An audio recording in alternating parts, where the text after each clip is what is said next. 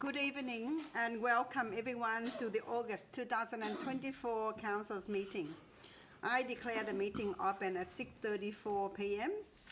We acknowledge that we are on the traditional lands of the Kulin Nation. We offer our respect to the elders of these traditional lands and to them to all Aboriginal and Torres Strait Islander people past and present. For the mobile phone, that I kindly remind everyone to switch phone off or turn to the silent. A recording of the meeting proceeding. I advise the gallery that this meeting is being recorded and will be available on Council's website. All care is taken to maintain your privacy. However, your presence might be recorded. In accordance with Council's governance rule, meeting may not be photographed, filmed, or recorded without the consent of the Chief Executive Officer. No request, Mayor. Thank you, CEO. Apologize for the virtual attending today. Council, are there any apologies for the meeting tonight? No? As per Rule 72.3 of Council's governance rule, I wish to advise that Councillor Hoke Hokera is attending this meeting remotely. Councillor Hoke Hokera, can you please confirm that you can hear and see the meeting? Perfectly, thanks, Mayor. Thank you. Thank you, Councillor Hoke Hokera. I can confirm that we can hear and see you as well. Leave of absence. Councillor, is there any leave of absence request? No, Mayor. Thank you. Conflict of interest. In accordance with the Local Government Act 2020, I ask if any councillor have a conflict of interest in relation to any of the agenda item. No. Conflict of interest? Thank you. No. Public question time. We now move into the public question time. I will now explain how public question time works. Public question time is managed in accordance with Council's governance rule. Yours. Member of the public can submit a maximum of 3 questions prior to the commencement of the meeting. As the chair, I will decide who's answer the question. Public question time is limited to 15 minutes, unless an extension of the public question time is resolved by council. Little public question time. So we read the public. Yes. I will read the question. Now, council have a number of questions for tonight. I think there are 25. Council has received several questions relating to Hopkins Street Footscray. As per Governance Rule 52.9, these questions have been grouped with a single response provided. The question 1 comes from Samantha Meredith, asking the following question. A significant number of people use the bus on Hopkins Street at the Joseph's Road precinct and surrounding apartment, with many disembarking or waiting at the unprotected bus stop on the narrow section of Hopkins Street, adjacent to St. Monica's Primary School, where heavy vehicles frequently pass.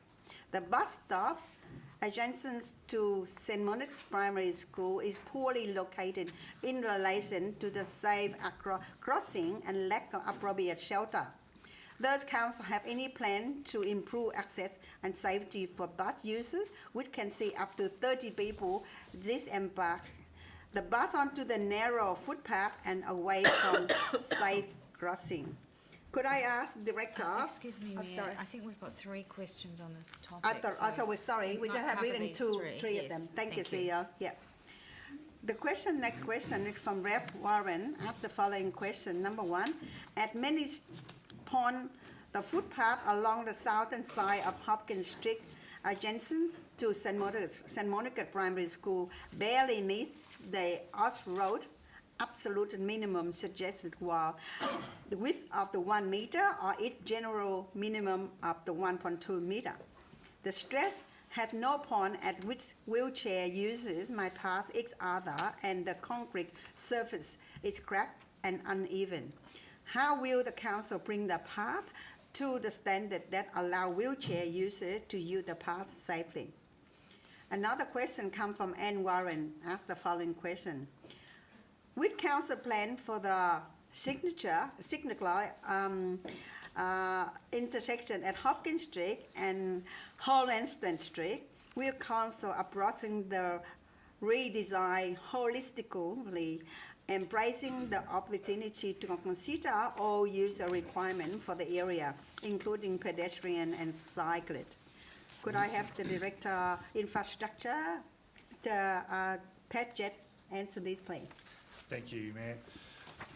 So those three questions generally relate to Hopkins Street and Footscray, and I can confirm that a particular street, the Department of Transport and Planning are responsible for the management of this road, including posted speed limits and public transport facilities.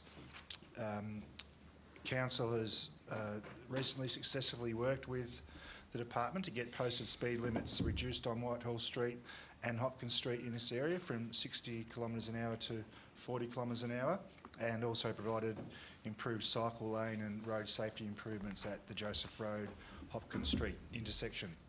We will continue to advocate for further safety improvements along Hopkins Street, including intersection upgrades at Hallenstein Street, pathway upgrades along the road and the location of bus stops and shelters. The design of the infrastructure improvements will include consideration of an area corridor-based solution and the needs of all road users. Note that implementation of upgrades will be dependent on future state and council budgets and state approval. Okay, well, thank you, Director Pat Jett. The question comes from Mr. Greg Randall. Asked the following question. Has the council submitted or prepared any funding application to the Commonwealth Government under the Thriving Suburbs Program, the Urban Precincts and a Partnership Program, Stream 1 and 2, or the Housing Support Program, Community Enabling Infrastructure Stream, and if so, for what project, and if not, why not? Could we have Mr. Mike McIntosh answer this question, please? Thank you. Thank you, Mayor. So Council is preparing an application to the Thriving Suburbs Program for submission by Monday the 26th of August. And Council is also seeking funding to support Creative West, a development in Paisley Street on the site of the current Footscray Library. Creative West will deliver a large-scale performance venue, a library, learning and innovation hub, and open space for community gatherings. Council also plans on making an application for funding for Creative West to the Urban Precincts and Partnerships Program. And separately, Council has also made an application to the Housing Support Program Planning Capability to support the development of its Housing Strategy 2025. Thank you. Okay, now the next question. Does Council have any plan, tentative or firm to commence construction relating development of the proposing indoor court complex in McIver Reserve prior to July 2025? Could I ask Mr. Pat Jett to answer this thing? Yes, thank you, Mayor. So any future construction of the McIver Reserve Indoor Stadium is of course subject to council budget approval processes and will likely require the commitment of external funding partners. Council is in the process of developing advocacy collateral to support the project's delivery, hopefully in the coming years. Thank you. Next question. Are there any other component of the McIver Reserve Master Plan proposed to commence prior to July 2025? Thank you, Mayor. Yeah, can you please answer? I look at your side. Would you like to answer that? Thank you. So as part of the 2024-2025 financial year budget allocations, Council is committed to progressing design for the civil and landscaping components of the master plan, which includes roads, pathways, parking, tree planting, sports fields and the dog park. I should note there is no funding for construction for that, but there is funding for design of those works in this current financial year. Additionally, through a funding agreement with the Westgate Neighbourhood Fund, Council will be delivering new female-friendly change rooms to the McIver Reserve soccer facilities to provide equitable and modern change facilities. Recently completed projects at the site include new fencing and safety barrier fencing at the soccer and hockey facilities, upgrades to the irrigation system at the baseball diamond, and also site-wide environmental soil sampling has also been completed. Thank you.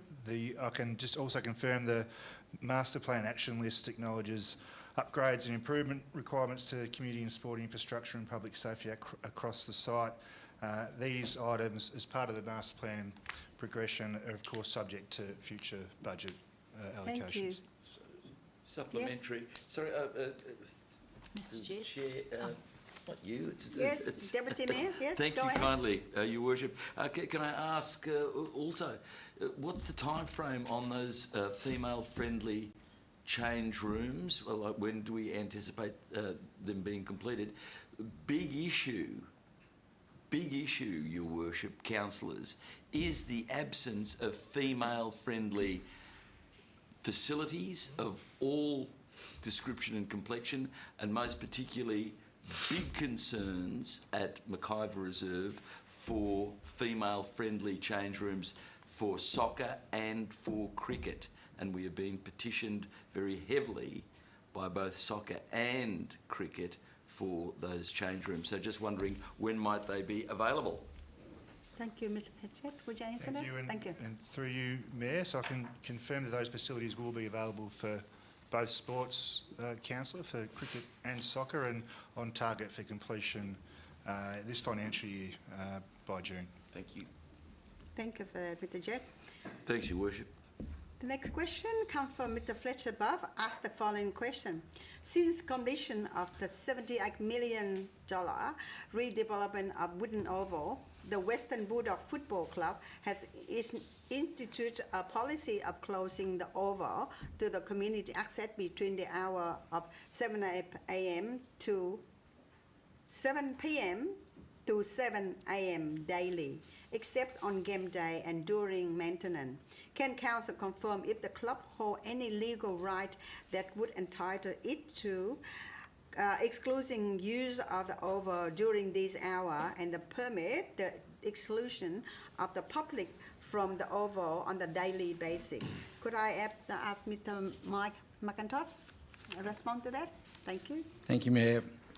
So a planning permit was issued in January 2021 permitting the redevelopment of the Witten Oval, including the major sports and recreation facility, and there's a condition on that permit which requires access to the Witten Oval and Spurling Reserve to remain open to the public at all times except for approved match days. The Western Bulldogs have confirmed that except for match days, the Oval is open to the public from 7 a.m. daily and closes at 6 p.m. or at 8 p.m. during daylight savings. Council officers have advised that the Western Bulldogs, that this arrangement currently does not comply with their obligations under the planning permit and are continuing to walk towards full compliance.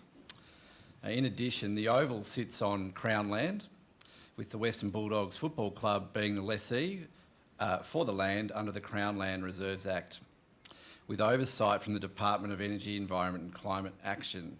So questions regarding the legal access rights should be directed towards DECA. Thank you. Through the Chair. Yes.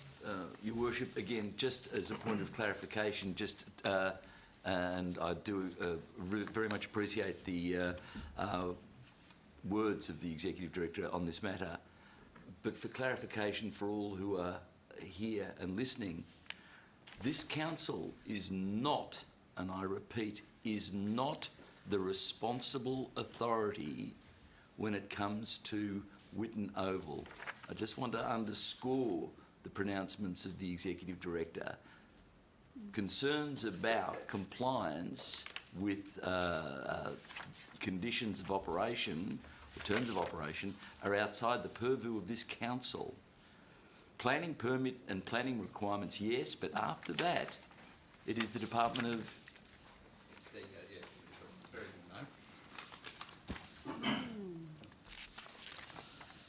the Department of Energy, Environment and Climate Action, DECA.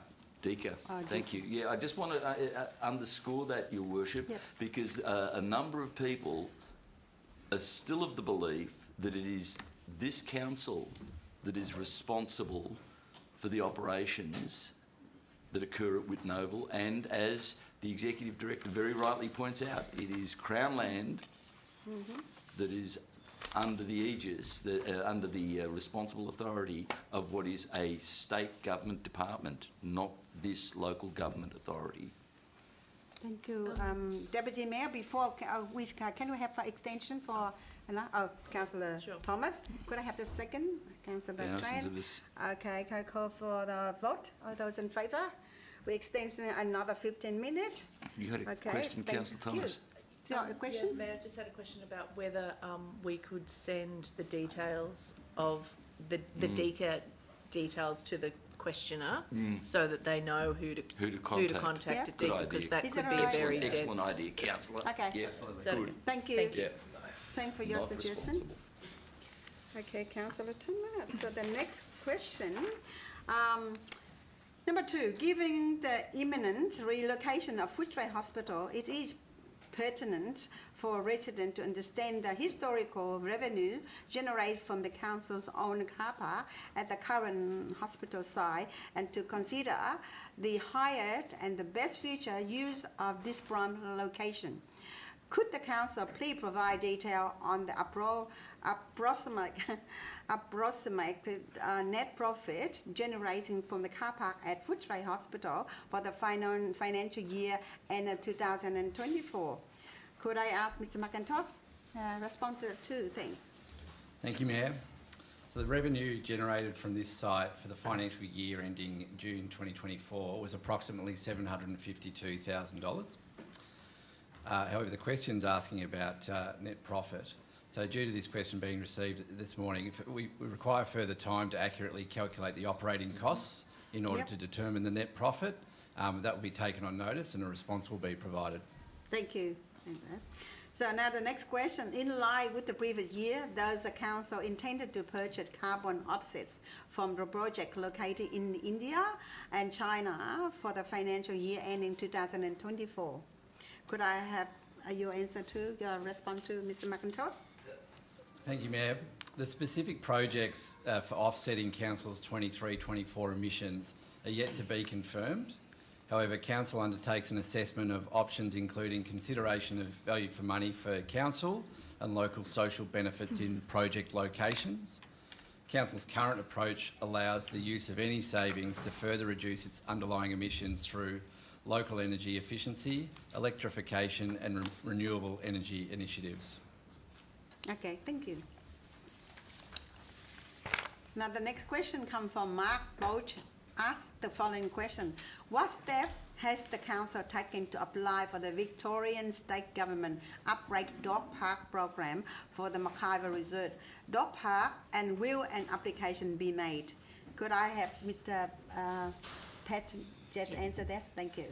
Yes, thank you, Mayor. So I confirm officers are currently reviewing our 12 off-lead dog parks or park areas within Maribyrnong, along with new requests for dog parks we're receiving also, and determining which location would provide the closest alignment to the grant key selection criteria. It's anticipated that this process will be complete within a week or so to enable preliminary designs and project costs to be established in order for a grant submission. Thank you.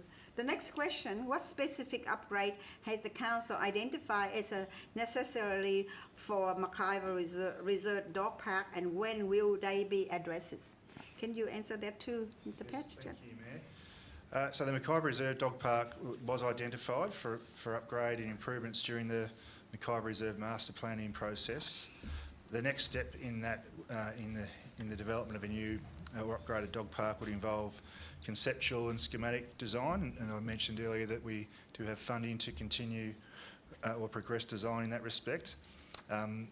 As part of that, it would require further community consultation and engagement, where we'd seek input from our community on what is needed and wanted within that space. And of course, construction, as I mentioned earlier, of a new dog park will be subject to future council budget deliberations. Thank you. The next question, what feedback has the council sought from local dog owners regarding the current state of the Mackay Reserve Dog Park? Can you please answer that too? Thank you, Mayor. So, yeah, as previously mentioned, that through the master planning process, we did capture a number of comments and information and data from our local residents. This we use as a foundation for future design processes, but of course we can expand on that through the next stage of engagement. Thank you.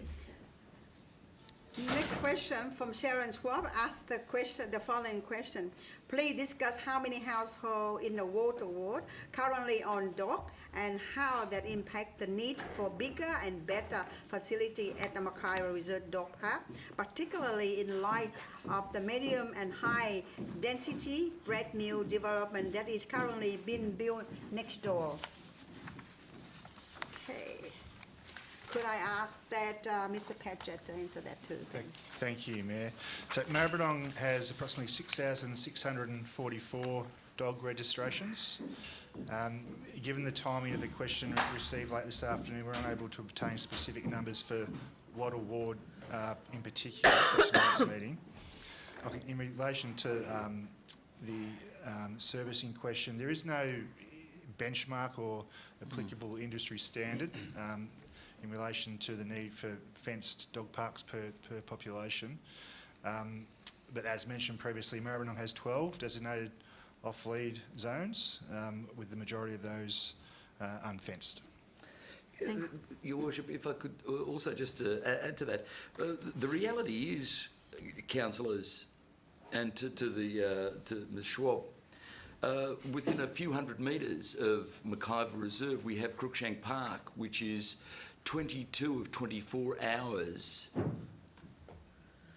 or 20, sorry, of 24 hours a day off lead.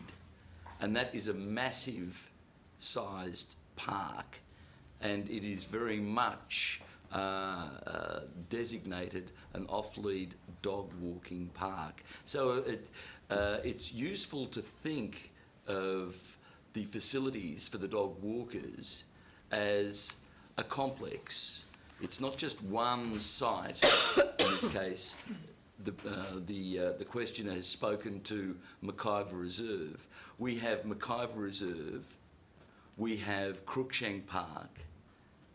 A number of people also use Anglers Reserve, and others will in fact go down to the Yarraville Park, as well as using some of our pocket parks as well. So it's important to understand that what we've got in place for the dog walking community, and I say this as one of the proponents who actually got Crookshank Park as a 20 out of 24 hours a day off-lead dog walking, to understand that we really embrace our fur kids, and we have done a lot in this municipality to make sure that facilities are as good as they can possibly get for the dog walking community.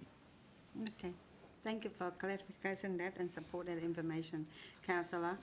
Now, another question, movement sensors was played at Mackay Reserve, fenced dog park some time ago, but the community has never heard the result of the data collected. Please discuss the data collected at Mackay Reserve regarding this dog park uses and when that data will be made publicly available on your City, Your Voice or elsewhere. Could you respond to that, Mr. Padgett? Yes, thank you, Mayor. So Council has delivered and been involved in a range of smart city related projects involving movement sensors, and you may notice them throughout our city.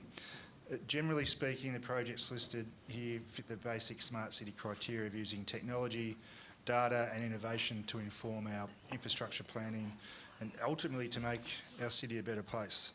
The purpose of the data at Mackay Reserve Dog Park was to gain an understanding of how many people are using the site and when it's being used, to enable us to understand location of equipment and those types of things.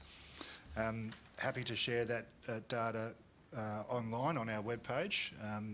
I'll need to refer that to the Recreation and Open Space Department as to the timing, but more than happy to share that information when available.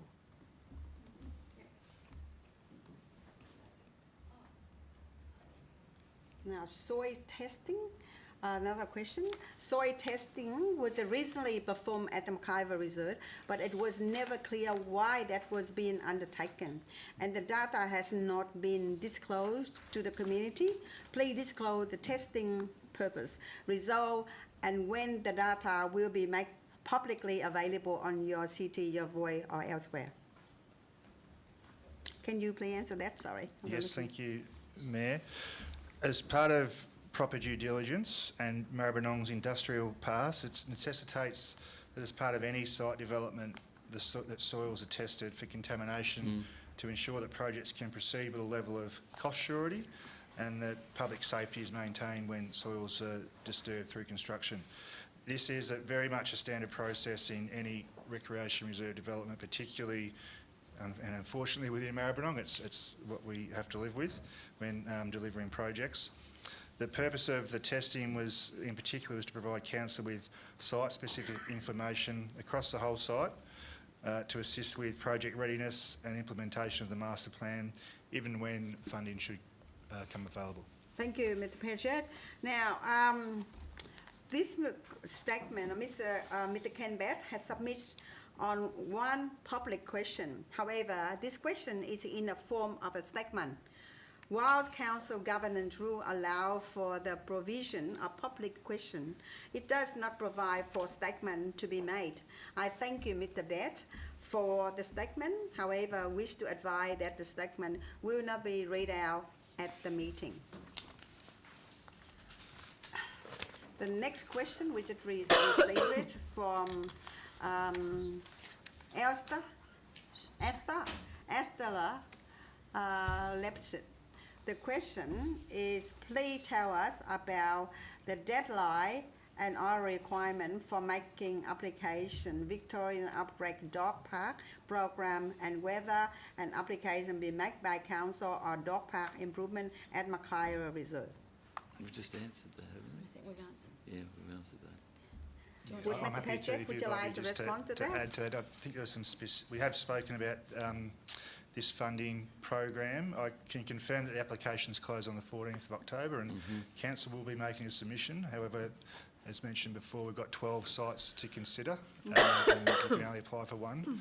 And it's also available for new sites as well that we might want to obtain. So we haven't confirmed what site. And for that question and perhaps future ones, if I've got them, Mayor, if residents want to go to, again, our friends at DECA at www.environment.vic.gov.au/dog parks, all the information's there on the funding program. Thank you. Then another question come from the same person. What is your immediate plan for the funding to current agility equipment in the Mackay Reserve Dog Park that is rotten and has fallen apart? Thank Can you answer Mayor. that too? I'm not personally familiar with the agility equipment being in disrepair, but I will request a staff member to inspect that this week. Thank you. Next question, can council increasing pedestrian lighting and Mackay Reserve to ensure safety during early morning and evening for park user? Can you please answer that? Thank you, Mayor. This request is beyond a maintenance request, so it would need planning and design to be undertaken and would be subject to funding approval. So we would need to take that on notice and have it being considered for future budgets. Okay, thank you. The next question from Mal Pano Gilbert. I'm sorry, it's a very... Oh, yeah, Yep. thank you. Councillor Tran, can we move to another 15 minutes time? Yeah. And second, Councillor Clark would call for Councillor to put the vote into the vote, or it's carry. So, yeah, thank you, Councillor. Now, okay, now the next question, that what can friend of Mackay Reserve and the dog-loving community do to help Maribyrnong City Council securing funding for dog park upgrade? Would you like to answer that, Mr. Pat? Thank you, Mayor. We very much appreciate the offer from Mr. Parnell Gilbert. There's not much that residents can do specifically with this funding program. It's a council application, and if applicable, we will seek letters of support perhaps from particular groups. Yep. But as mentioned, we're still deciding on what grant we will apply for. Thank you. The second question, will the ability, the personality ask question directly to your councillor to be resolved when council return to the new building? CEO, would you like to answer the Thank CEO? you, Mayor. I mean, of course, councillors can ask questions of, the public can ask questions of councillors at any time. You have their email on our website and also their mobile telephone numbers. The new council will, of course, be reviewing a number of arrangements around council meetings, and so that would be the time that the council would consider if there was any change to the format. Thank you, CEO. Now, the next question is the council complete the traffic modelling study for Mackay Reserve, examining the impact of locating the basketball stadium facility at Mackay Reserve. Can Mr. Petchett answer that? Thank you. Yes, thank you, Mayor. As part of the master planning process, in short, the answer is yes. We did complete the study, and it confirmed that the surrounding networks, with the addition of the added use, would be within its capacity. Thank you. The next question comes from Mrs. Harry Libby. The question number one, when will the council consider hosting blending day at Mackay Reserve with friends of Mackay Reserve? They do at other park with other friends or group across the city. Would you like to, Mr. Petchett, would you like to answer that? Thank you. That one, tree planting sits within my portfolio, Mayor, and very happy to for my staff to meet the Friends of Mackay Reserve and discuss planning opportunities in line with the master plan, of course. So I'm happy to for our staff to reach out to Mackay Thank you. Friends. Yep. Now, next question, what community consultation process will be council follow before finalising the upgrade plan for Mackay Reserve Dog Park? Would you like to answer that too? Your Yes, I very think favourite again, today? thank you, Mayor. Previously answered. I think that we will engage with broadly with the community on any further concept design for the dog park. Thank you. The next question, what provision are being made to ensure the Mackay Reserve Dog Park remain accessible during the current work? Some of our frequent users, like Laurent, who council have met previously, can no longer attend because it is no longer accessible due to the brand new use of our park. Would you like to answer that too? Yeah, yes, I can. I think you're referring to Lorraine, who I have met previously. The best place to access the park from currently is at the rear of the bowling club building with a car park located there. Again, if there are specific access issues in relation to a particular resident, please feel free to reach out to my staff. I'm happy to follow up with this particular question as well about this particular access issue. Thank you. There is no more question. I declare the public question time closed. Thank you, Councillor. And thank you, audience. So the agenda item number 6.1, confirmation of the minute of the previous council meeting, 23rd of July 2024. Can I call for a councillor to move that minute of the ordinary council meeting held on the 23rd of July 2024 to be confirmed? Councillor Crawford. Yep. The council confirms the minutes of the council meeting held on 23 July 2024. Thank you. Could I call for the councillor to second the motion? A second to me, the Councillor Clark. Are there any questions or point of clarification? Would the mover would like to speak? Formally moved. Thank you. Would the second would like to speak? Formally seconded. Are there any to speak? Okay. Could I now? I will call. Put the motion. Put the motion to the vote. All those in favour? Yep. Thank you. I declare the motion is carried. Advising the councillor that in accordance with the council meeting proceeded, Councillor Margarita. Agenda item 8.1, the petition installation of the speed hump near Little VIP Childcare Centre located at 36 Burn Street, Maidstone. Could I call for the council to move the motion? The petition, yep. Councillor Yeah, Clark? thanks, Your Worship. Councillors, I move that the Council 1 receives and notes the petition installation of speed bump near Little VIP Childcare Centre located at 36 Burn Street, Maidstone. 2, request that the Chief Executive Officer to consider the petition and determine the appropriate response. Thank you. Now, could I call for Councillor second the motion? Councillor Tran? Are there any questions or point of clarification, Councillor? I will put the motion into the vote. Oh, there's carry? Yeah. Okay, the motion is carry. The office report, agenda item 9.1, proposed lease agreement Yarraville Footscray Bowling Club Incorporate. I call for councillor to move the motion in regard to agenda item 9.1. Could I call for the council to move the, councillor Thomas? Yep. That Council 1 notes all submissions received relating to the proposed lease between Maribyrnong City Council and Yarraville Footscray Bowling Club Inc. as shown in attachment 3. 2, having considered all submissions pursuant to section 115 of the Local Government Act 2020. No.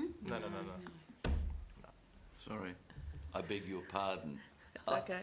I wondered what was going on there. Yes. Authorises the No. Chief Executive Sorry. Officer to enter into a lease agreement for the key terms are as set out below. A, tenant Yarraville Footscray Bowls Club Inc. B, premises 339A Francis Street, Yarraville as shown in attachment 2. Key lease terms during the initial term. C, term is 8 years. D, permitted use, lawn bowls, restaurant, cafe and gaming facility. E, rental, $68,104 per annum plus GST. F, rental increases, 3% increase per annum. G, rent reimbursement in the event that the tenant carries out capital works which provide a direct community benefit to support lawn bowls activities.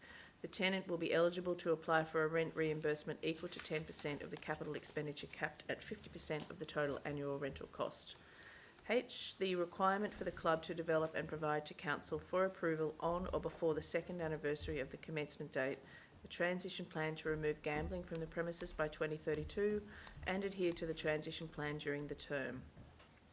Key lease terms during the further term which exclude gaming from the premises. I, further term 5 years. J, permitted use, lawn bowls, restaurant and cafe.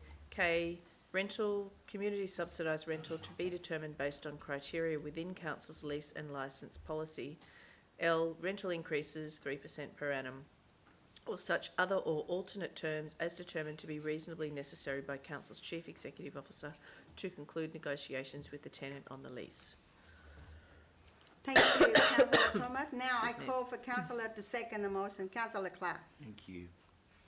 Are there any questions or point of clarification, councillor? Would the mover would like to speak to the motion? Yeah, thanks, Mayor. I'd just like to say a few things.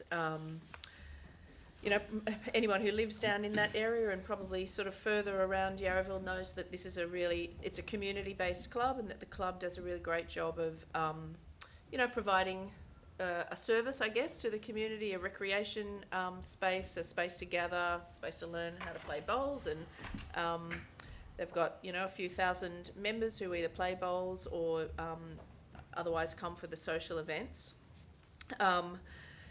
People will note that in the recommendation that there's in the key lease terms, there's the initial lease, but there's a second part of that which outlines the removal of gaming from the club as a sort of a condition of the licence. It's the building is on council land, and council's gambling harm reduction policy, you know, is clear about our intent to prevent or remove harm from gambling from our community. So this is the one venue that is on council land, that council can sort of have a direct, I guess, impact in that area. And it's been pleasing to see the club, you know, work with council officers to get to this point where there is some time within the lease period for the club to have a look at their business model and to exchange, you know, gaming for other business operations or business or services to the community. So I want to thank the club for coming to the party, I guess, with that council policy and working with the officers to get to that point. And it'll be interesting to see what they do come up with over the next 2 years to present to council for their transition plan. That's it, I think, you know, move the motion. Thank you, Councillor Tomac. Would the seconder would like to speak to the motion? Yeah, thanks, Your Worship. I'd like to very much concur with much of what Councillor Thomas has already said here. I particularly want to thank the officers involved in the negotiation with the club and the club itself, who have reflected very carefully about their operations going forward, in the context of the fact being that although it was the members who built this club, and I want to highlight that, councillors, council did not build this facility, it was built by the membership. I also want to make the point, councillors, that there's a major capital upgrade that is going ahead, or will go ahead, for the club, and that's $5.7 million plus worth of capital upgrade. Again, this will be money that's not necessarily going to be found by council, it will be found by the club. I think it's wonderful in many ways that the club is transitioning out of gaming. Gaming, unfortunately, is a bit of a scourge on our community. But I also make the point, councillors, of all the gaming facilities in this municipality, the returns per machine are the lowest in the city at this particular site, the lowest.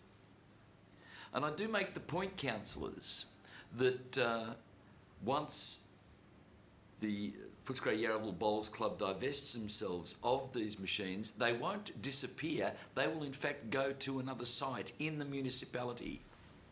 At the moment, per machine at Yarraville, Footscray Yarraville Bowls Club, the losses are $76,000 per machine, or $76,000 per machine. Those machines will go to facilities, perhaps the Ashley Hotel, perhaps the Courthouse Hotel, perhaps the Palms, where the losses are significantly greater. I can say, councillors, in the vicinity of $140,000 plus per machine, almost double the losses that are incurred at Footscray Yarraville Bowls Club. It is a fantastic facility that hopefully will be able to identify a funding stream going forward that will ensure its sustainability, and it will require a funding stream of some description. Don't mind saying, councillors, I'll be available to help the Bowls Club. They have something like 2,000 social members. It's a wonderful site, and it operates exactly as we need it to be not just a sporting facility, but councillors, it operates as a facility that meets the social and emotional needs of the local community by providing a venue where there is social connectedness that occurs. People get together and they have a great time. This, councillors, is a sentinel site, a sentinel facility that's seen, I believe, to be the hallmark of like-type facilities in this city in years to come. I commend the motion to you. Thank you, Councillor Clark. I need a speaker for the motion. Councillor Crawford. Thank you. Yeah, just to agree with what the previous two speakers have said. Councillor Clark, I think you raised some really good points about the losses that we're seeing here, and for me it's just, this really gives us ammunition to go back to the government and say, you need to reduce the amount of poker machines that are in the community. We're providing excellent leadership. The club's providing excellent leadership. We're saying that we're not going to rely on gambling money to boost our budgets, and state government shouldn't be doing the same thing. So I think there's a real advocacy that opportunity there for us to be able to say we don't support gambling machines in our municipality, and you know we're walking the walk as well as talking the talk in the fact that we're saying no, we're not going to rely on it. We're not going to take that income anymore. So, yeah, I think that's a great opportunity for us to move forward. Thank you, Councillor Coker. Any other speak for the motion? Councillor Train? I just want to reiterate what's been said already in respect of what Councillor Clark has already said. I just want to flag with the Ball Club, it's not lost on council, though we do have a position in respect of electronic gaming machines. It's not lost on us, as Councillor Clark has flagged, the financial impact this will have on the club and its ability to do its capital works, capital maintenance, and future developments in the future. That is also not to say the council won't endeavour to assist the Balls Club to find alternative options of revenue generating. We understand that there is a significant loss for the club in terms of the EGMs generating profit and revenue. And so please continue to work alongside councils. We will with you in order to help you transition out of this and transition into a different stream of income generation. Thank you, Councillor Train. Any other speaker for the motion? Okay, any speaker against the motion? Now I put the motion to the vote. All those in favour? Okay, I declare the motion is carried. Agenda item 9.2, Shorten Barrett Reserve, including RecWest Masterplan. Can I call for the councillor to move the motion in regarding to agenda item 9.2? Councillor Tran. Thank you, Your Worship. Per the officer's recommendation that Council 1 endorse the updated Masterplan 2024 for Shorten and Barrett Reserves shown at attachment 3. 2, refer the Shorten and Barrett Reserves Masterplan for future budget considerations. And 3, request the Chief Executive Officer to conduct a community and stakeholder briefing on the endorsed changes. Thank you. Could I call for the councillor to second the motion? Councillor Thomas? Are there any questions for point of clarification? Would the mover would like to speak to the motion? Only briefly, Mayor, to say that look, I'd ask the community and those who and those stakeholders who are attending that particular briefing to have careful consideration to the changes, if any, the updates to the master plan, and provide your feedback. It is encouraged that you do engage in this process. As everyone's aware, Shorten Reserve in particular, has received some commitment from state government. Barrett Reserve is a reserve which I hold close to my heart because I went to the local school nearby, and so I know very much about that reserve. I know what it means to not just the local school there, being my old high school, but also to the other residents who live across the road, and to other residents who would frequent it when they get to the tram stop nearby. So please have a really deep conversation with us and with council and with the future council as well, whoever is elected or re-elected back into council, because it's a part of our community. We want to make sure that it gets the maintenance it deserves, gets the love it deserves. I want it to get the love it deserves because I'm one of the people who would have torn up the turf back in the day. So please have those conversations with us, and we will be sure to listen. Okay. Excellent. Thank you, Councillor Tran. So would the second would like to speak to the motion? Yeah, just to say that this sort of slightly revised master plan, it's not an enormous departure from the versions that the community were engaged in the process of developing or have seen sort of last year as well. But there are a couple of changes and people should be aware of those. But, you know, there are, of course, changes in response to the underlying sort of nature of how the park is situated on an old landfill, so that's caused us a few issues, and the plans that we did have originally weren't able to be realised. So that's the main reason why the community is seeing these changes. But you know, it gives us in the top corner, I don't know whether it's north, south, east or west, I'm not very good at directions, you know, Northwest. it's a nice open space area, treed open space area, you know, we'll have upgrades to the pavilions and things, so and most of the other, you know, elements are pretty much the same. So just hoping that people are on board, but if they do have questions about it, you know, to please get in touch with councillors or officers so we can talk them through it if they need to. Thank you, Councillor Thomas. Any other comments on the motion? Councillor Clark? Yeah, thanks, Your Worship. Yeah, look, I just want to echo what's been said, particularly around the observation made by Councillor Thomas around latent conditions. This was an old tip site, old quarry initially, then an old tip site. And like many of the old quarry sites that have simply been filled in, what was seen to be best practice a century plus ago has really left us with a legacy that is costing this council an enormous amount of money. I do highlight, councillors, that the project now has gone up to a total end cost of some $40 million. Now, I acknowledge and I thank the state government and Katie Hall for her advocacy and securing of some $10 million from the state to assist in this program. The residual $30 million, councillors, has to be found by us. We have a lot of work to do in this city.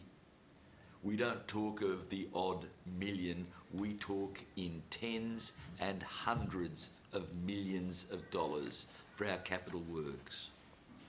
I've got to say, and I address this directly to you, Chief Executive, you know, if it wasn't for the diligence of the ELT and the Head of Capital Works, Mr. Jess, Executive Director Jess, you know, we'd be in a lot of trouble here. But at very least, we're able to put on a timeline, even notional, what these projects need to be and what the liabilities are for this council going forward. But I think we all need to be clear, councillors. This city is anticipated to grow some 114%. Implicit within that growth is the need for health and well-being, facilities, services, particularly to help the youth, specifically women who have been terribly underrepresented. We need to ensure that we have adequate and ample sporting facility to meet their needs.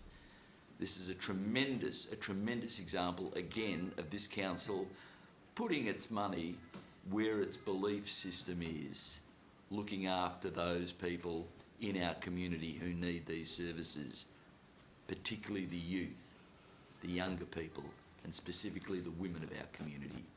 They need access to these services. I commend the motion to you. Thank you, Councillor Clark. Any speaker for the motion?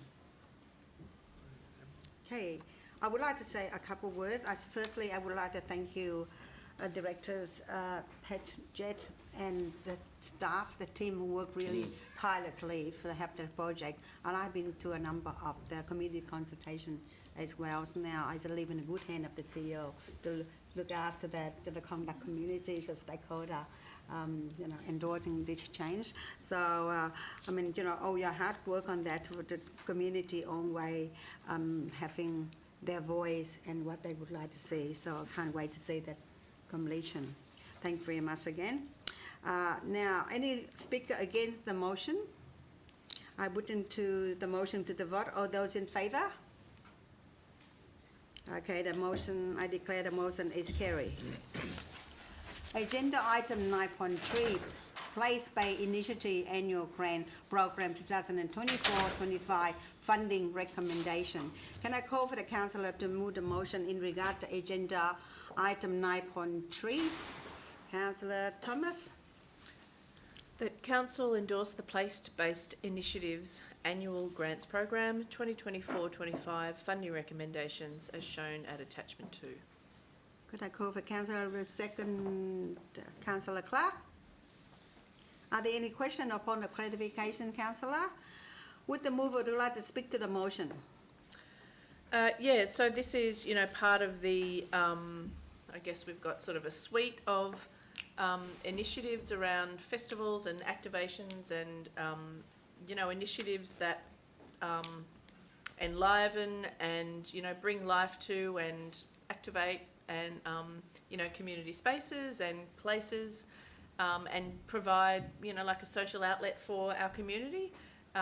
We do our best, of course, to respond to all of the applications, but I'm just trying to find the list, and we, of course, had probably At the very end. double or triple, at least double the number of applications that could be funded. So every year, we do have to knock back applications, but we've got a really nice spread of culturally focused, some sort of arts element or other cultural sort of element, some well-established events, but some other really new, exciting events. So, we've got a new Riders Festival in West Footscray.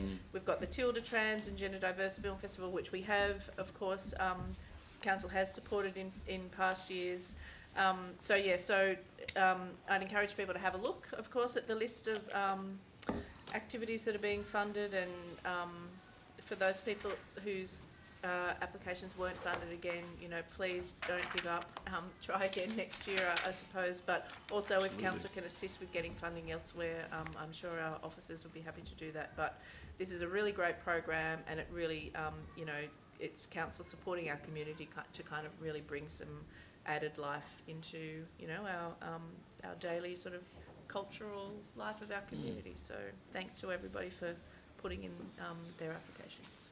Thank you, Councillor Tomic. Would the second would like to speak to the motion? Thanks, Your Worship. Look, I can only support and endorse the sentiments as detailed by Councillor Thomas here. Absolutely. Look, health and well-being, it's not just the sport that we play. It's not just getting out and about, but it's also engaging in the cultural events. That's a well-rounded being is someone who looks after mind and body. And I think our efforts with our sporting program is absolutely second to none. It's brilliant. We're really making huge inroads there. But again, as Councillor Thomas points out, the well-being that comes from going to the Colours Festival. And the thing about the Colours Festival, Holly, it comes from the Indian diaspora. It's an acknowledgement of that part of the community that has its roots in the subcontinent and is able to bring cultural chattels here to Maribyrnong, where we're able to engage with and celebrate those cultural occasions. That, to me, that's brilliant. The same applies to the Ethiopian New Year's Festival. Again, recognising the role, the history, the cultural contribution of the Ethiopian community as we acknowledge the fantastic contribution of our Vietnamese friends. I also want to point out, and Councillor Thomas highlighted the Tilda, the Trans and Gender Diverse Film Festival. Again, by supporting this particular event, councillors, we're demonstrating to the LGBTQIA+ community that we're fair dinkum in having the city of Maribyrnong a home, a destination for this community where LGBTQIA+ issues are not just acknowledged but celebrated and supported financially by this council. I want to finish by saying, councillors, as Councillor Thomas points out, there is always an oversubscription, and it's incredibly difficult for our committees to cull back and determine who gets what. But it does speak, councillors, to the need, again, for the next council to consider in its budgetary deliberations the need to further enhance this particular budgetary line item going forward. If we're fair dinkum about supporting our communities, this is another way we're going to do it. We do it with our sporting fields, we do it with our teams, we now do it with our arts and cultural program. I commend the motion to you. Thank you, Councillor Clark. Any speaker for the motion? Okay, any speaker against the motion? I will put the motion to the vote. All those in favour? Okay, I declare the motion's carried. Now, agenda 9.4, awarding of contract number 1263-24, supply and installation of in-ground parking sensor. I call for the councillor, the mood of motion in regard to this item. Councillor Clark. Yeah, thanks, Your Worship. Councillors, I move that Council 1 award contract number 1263-24, supply and installation of in-ground parking sensors to Vehicle Monitoring Systems Proprietary Limited to the value of $2,840,409, inclusive of GST. 2, authorises the Chief Executive Officer to execute contract number 1263-24, supply and installation of in-ground parking sensors to Vehicle Monitoring Systems Proprietary Limited. 3, notes that the contract amount of $2,840,409 over 5 years exceeds the current allocated budget of $2,100,000, and 4, notes that the budget shortfall of $740,409 will be allocated proportionately to future budgets 25-26, 2026-27, 2027-28 and 2028-29. Councillors, I commend the motion to you. Thank you. Can I call for the councillor to second the motion? Councillor Crawford. Are there any questions upon the clarification? Yeah, Councillor? thank you, Your Worship. Can I just find out, are we clear that the successful bidder of the contract, in fact, is the current provider of services to this council? I can take that. Yes, CEO? if I can answer Yep. through the Mayor, yes, we understand that is the case. So they do have a proven track record in Yes. terms of service delivery. Thank you. Okay. Would the mover would like to speak for the motion? Yeah, implicit within what I want to say about this is in relation to the question that I've just asked. In many ways, this is what you call a hygiene item, councillors. We don't get any accolades for the fact that we're putting in ground sensors for vehicle movement monitoring. But if we don't do this, what we find is the city will be congested and failing to meet its remit around ensuring a churn of car parking occurs, ensuring that there is accessible car parking throughout the city. I do note, once again, what was allocated to the project and what the project finally is funded, some $740,000 plus additional to what we thought it was going to cost us. Again, that's reflective of the increase in costs in all areas, all domains that this council operates. Correct me where I'm wrong, Chief Exec, I don't believe that there's anything that's remains stable, let alone cost us less going forward. Everything costs more. Yes, Is that correct? through the chair, normally around 30% plus at the moment. 30% plus, councillors. The promise of things to come. Councillors, I commend the motion to you. Thank you, Councillor Clark. Would the mover, for the second, would like to speak to the motion? Formally seconded. Thank you. Okay, thank you. Any speaker for the motion? Councillor Trent? Very briefly, Mayor. For the community's sake, I just want to flag that the motion sensors the motion sensors, the in-ground parking sensors aren't just for our parking inspectors to get out there and issue fines. The community and councils will recall that we have a smart city initiative that's on foot, and that assists us, as Councillor Clark has alluded to, in ensuring that the city continues to provide the parking services that we need to provide and can continue to cater for the ever-increasing number of vehicles moving in and out of our municipality. There was a question earlier, I believe, about parking, and there has been numerous questions asked councillors over this term of council in relation to parking. So it is a crucial part of our research, and more importantly, a crucial part of how council moves forward smartly, not just having a guesstimate of what comes next. So it really is a part of that smart city as well. Thank you. Absolutely. Any speaker for the motion? Any speaker against the motion? I put the motion to the vote. All those in favour? Okay, I declare the motion's carried. Agenda item 9.5, Councillor Support and Expenses Report, April 2024 to June 2024. Could I call for Councillor to move the motion in regard to agenda item 9.5? Councillor Thomas? That council notes the councillor support and expenses report for the April 2024 to June 2024 period to be made available via council's website for the term of the council. Thank you. Could I call for this councillor to second the motion? Councillor Crawford. Are there any question upon the clarification, councillor? Would the mover would like to speak to the motion? Formally moved. Would the second would like to speak to the motion? Formally second. Thank you. Are there any speak for the motion? Against the motion? I put the motion to the vote. All those in favour? I declare the motion's carried. Agenda item 9.6, Governance Report, July 2024. Could I call for councillor to move a motion in regard to agenda item 9.6? Councillor Thomas?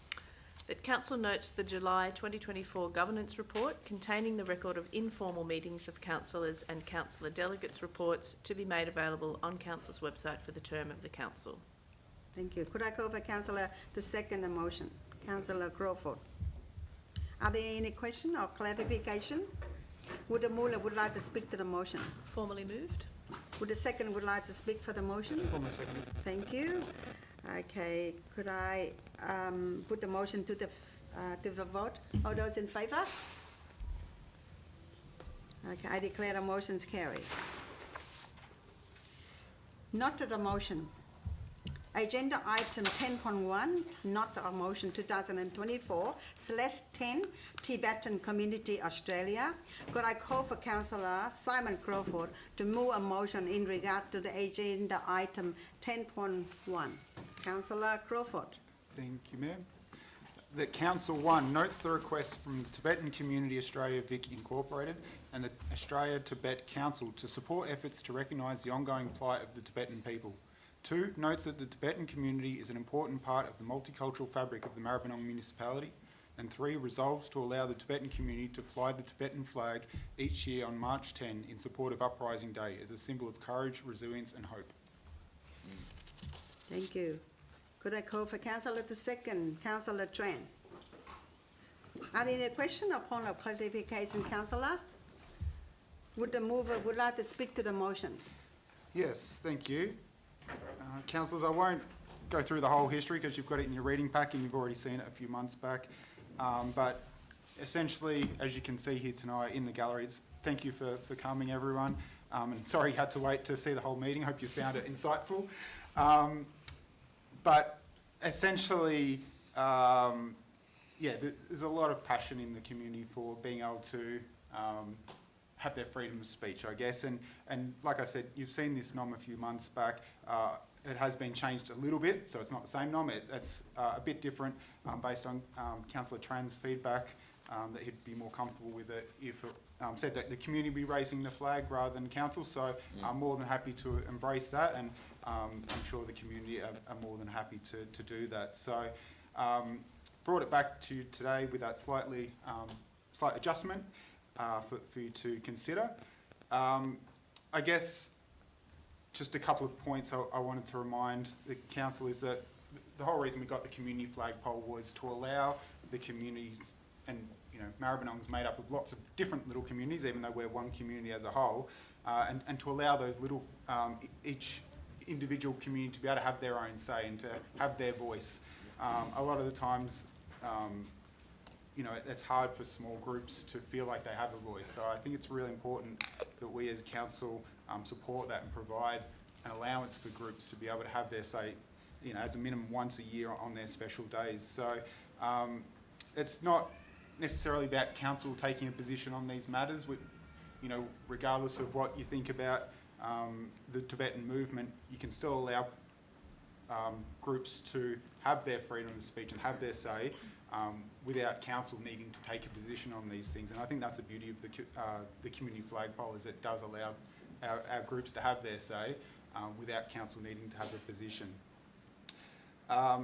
Like I said, for me, it's a matter of freedom of speech. It's about allowing our residents, our community, to be able to say what they believe in a respectful, civilised way, without basically trying to silence people or not giving people that chance to have their say. And that's the great thing about living in Australia is, we do have those opportunities. So I highly encourage you to support the motion and to give these great people a chance to celebrate their important day. Thank you. Thank you, Councillor Crawford. Would a seconder would like to speak to the motion? I would, Chair. Whilst I agree with Councillor Crawford in respect of the intent of the motion, I do also agree with the motion. In many respects, I don't agree with what Councillor Crawford said as well. And it's not to disregard what the motion stands for as well. But before I get to that point, I just want to address my support for the motion and why it stands. First and foremost, Tenzin, thank you so much for reaching out and for our conversations. It's greatly appreciated. It really is. Councillors, as many of you may or may not be aware, there is presently a parliamentary group, Friends Group of Tibet, the first of which meetings convened the week that has just passed. Many of us were not apprised of that. And for all the right reasons, we were not apprised of that, being that we had something a bit more important last week. Just so happens, our local state member is the co-chair of that particular group. And she's in discussions with our friends here as to how they would proceed forward with the assistance of the state government as well. I do acknowledge, and I will say this from the outset, this is most certainly a state and federal government priority. It is going to be their priority. And most importantly, it is their point of advocacy to take, as this is of national significance. Local government plays the smallest of roles, and I have flagged this from the very get-go and has many councillors prior. Our role in this is very minor. The major role that needs to be taken by those who are of state and federal significance, and that's not lost on, I appreciate not lost on you, Tenzin, and not lost on any of the committee as well. What I disagree with in respect of Councillor Crawford's point is this. Yes, we want to assist our smaller communities in ensuring that their voices are heard, ensuring that they are garnering the support and gaining some, for the lack of a better word, being seen, Visible. by local and by state and federal members. But I do not agree so far as in that sentiment as the community polls for everyone to fly their flag, because in effect, if we were to say that, it opens the doors to many other queries and issues as well. So what I will say is this, and whilst I do support the motion, don't get me wrong, that if there are further flags to be flown in the future, and I appreciate this flag maybe will continue to be one of them, if there are future protocols or procedures or rules that are introduced, I would appreciate that local community groups who do fly flags currently, and that includes not just the Vietnamese flag, not just the Tibetan flag, but even the Western Border flag, the LGBTQI flag, and all those flags which we fly proudly each year on, as Councillor Crawford rightly says, their special days, whatever it may be, whatever it may mean to you. We would appreciate that those particular communities come and have that conversation with us going forward as to how we can ensure that the flag flying process that each community has is in line with whatever procedure or processes council may introduce in the future. I'm sure council staff will let you know if there is one. I'm sure council staff will work alongside you to ensure that there is no issue and that those flags can continue to be flown. I'll also say this before concluding what I have to say tonight. It is not lost on any councillor as to the incidents that are occurring in Tibet. It's also not lost on us that whilst you're here in spirit and in your advocacy work, you are there, as is the same for myself and Councillor Lamb. Every year we have something very similar to yourselves, and you're very well aware of that. So our support is not merely just for show. Our support, I think, for myself, I speak for specifically, is because I think there is some shared, not history maybe, but some shared tragedy between our two communities. And I appreciate there are other communities that are the same. But as we are who we are, that is councillors and working in council, we want to ensure that everything is run by the book and procedures are abided by. So please, if there are any changes going forward, have that conversation with us and we'll work alongside yourselves to ensure that there are no bumps in the road. And if there are any, we can try and iron them out together. But I commend the motion as it is, and I certainly hope that there are no issues going forward. Well said. Okay. Good stuff. All right. Would anyone will speak for the motion? Councillor Thomas. Thanks, Mayor. Look, I'd just really like to thank the Tenzin in particular, but everybody for coming along tonight to, I guess, show your, solidarity amongst the community. Maribyrnong still is, first and foremost, a community that welcomes refugees and asylum seekers and has done for many, many years. And regardless, I think, of the size of the community within Maribyrnong, we still want to celebrate and support those communities to celebrate the issues and the history and the culture that's important to them. So I think this is a really easy way for council to support the Tibetan community in its fight for freedom and recognition, to not forget the history of persecution, and to sort of allow also the community to take the lead on that, and council to be a support in that process. So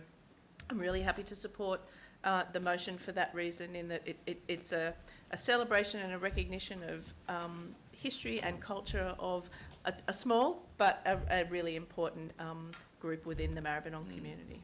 So. Well said, yes. Okay. Any speaker for the motion? Councillor Clark. Yeah, thank you, Your Worship. I just want to really highlight what Councillor Thomas has said here. Next year, 2025, that'll be 50 years since I first had the pleasure of visiting Cloud Gunj in India, probably before most of the gallery was born. Not before I was born, Councillor. You're not that old. I hope not, but I am. The thing, and really Councillor Thomas highlights something that is very, very close to my heart. And if you like, from dark clouds there is a silver lining, for the fact that so many of the Tibetan people would not be here for us to engage with, for us councillors to enjoy, for us to celebrate Tibetan culture, of which for me, very personally,